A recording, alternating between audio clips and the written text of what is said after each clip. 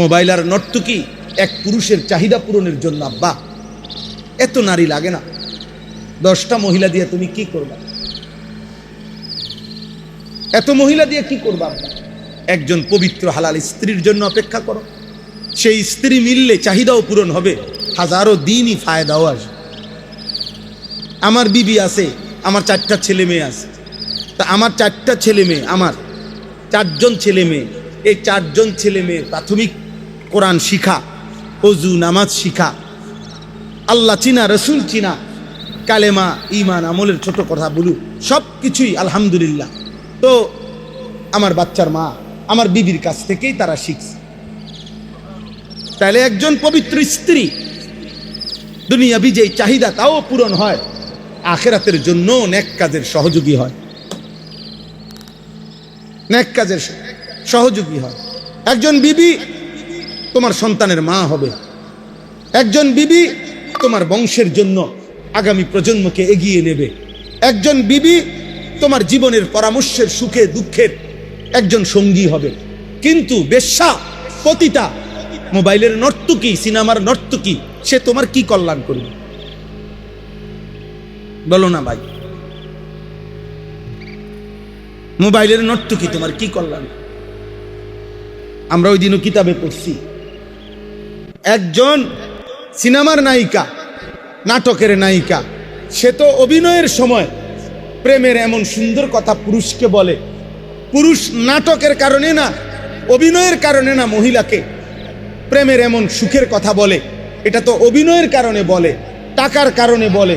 কিন্তু যেই মহিলা সকাল থেকে নিয়ে রাত 10টা পর্যন্ত একটা পুরা সংসার পরিচালনা কাজ করছে, এতগুলো মেহমানের রান্না করছে, পুরুষের রান্না করছে, বাচ্চাগুলোর কাপড় চোপড় ধুইছে, ঘরটাকে সাফ করছে, তারপরে স্বামীর খেদমতের জন্য যা যা লাগে সব করছে, শ্বশুর শাশুড়ির জন্য কিছু পরিমাণ খেদমত করছে, এত পরিশ্রম এত মেহনত কইরা সে যে তোমার সাথে সংসার করতেছে, এই স্ত্রীর সাথে তুমি নর্তকীরে মিলাও কেমনে?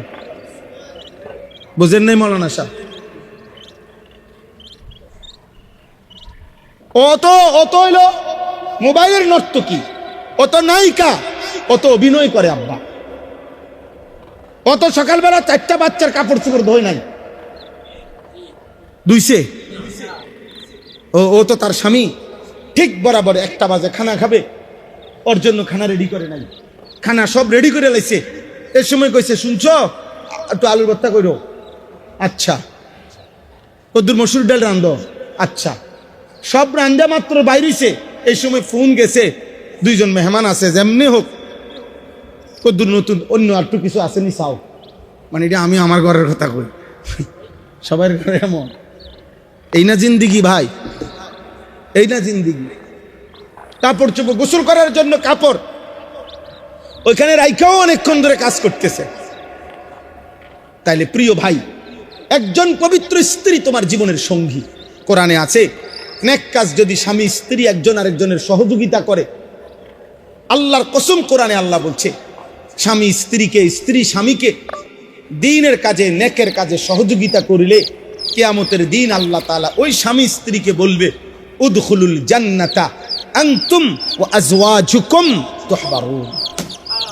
আল্লাহ বলবে, সুবহানাল্লাহ, তোমরা তোমাদের নেক কাজের সঙ্গী স্ত্রীকে সাথে করে, আনতুম ওয়া আজওয়াজুকুম, তোমরা এবং তোমাদের স্ত্রীগণ, উদখুলুল জান্নাহ তুহবারুন, খুশি খুশি তোমরা জান্নাতে ঢোকো। তাইলে দুনিয়ার চাহিদাও পূরণ হইল, হালাল চাহিদাও পূরণ হইল, যৌবনের চাহিদাও পূরণ হইল, দুনিয়া আখিরাতের অসংখ্য কল্যাণও বয়ে আনবে। তো এটা হারাম নারীর থেকে পাওয়া যাবে আব্বা? আল্লাহ আমাদেরকে হেফাজত করে, আল্লাহ আমাদেরকে হেফাজত। কোনো এক ছেলে যদি বুঝো ভাই, আমরা বলা সার্থক। সাথের আমি সব সময় বলি রে আব্বা, সমবয়সীর লোকে বুঝা ফাটতা না, ওই তো তোমারে হাসি দিয়া, তাল দিয়া, ওই তোমারে উড়াই দিবে। তোমার হয়তো অনেকের এইম হয়, মানে আশা হয়, বা অনেকের কিছুটা বুঝ আসে, অনেকের মধ্যে একটু আগ্রহ তৈরি হয়, কিন্তু বন্ধু নামের শয়তান তারে আবার কি করে দেয়।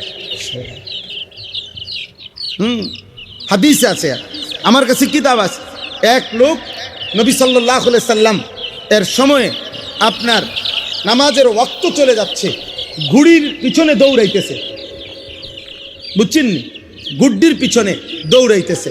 তো আল্লাহ নবী সাল্লাল্লাহু আলাইহি সাল্লাম উল্লেখ করে বলছেন, দেখো এক শয়তান আরেক শয়তানের পিছনে দৌড়াইতেছে। আরে আপনি আরো শুনেন, আরো লাগবে। একটা সহজ একটা উদাহরণ বলি, হাদিসে আছে।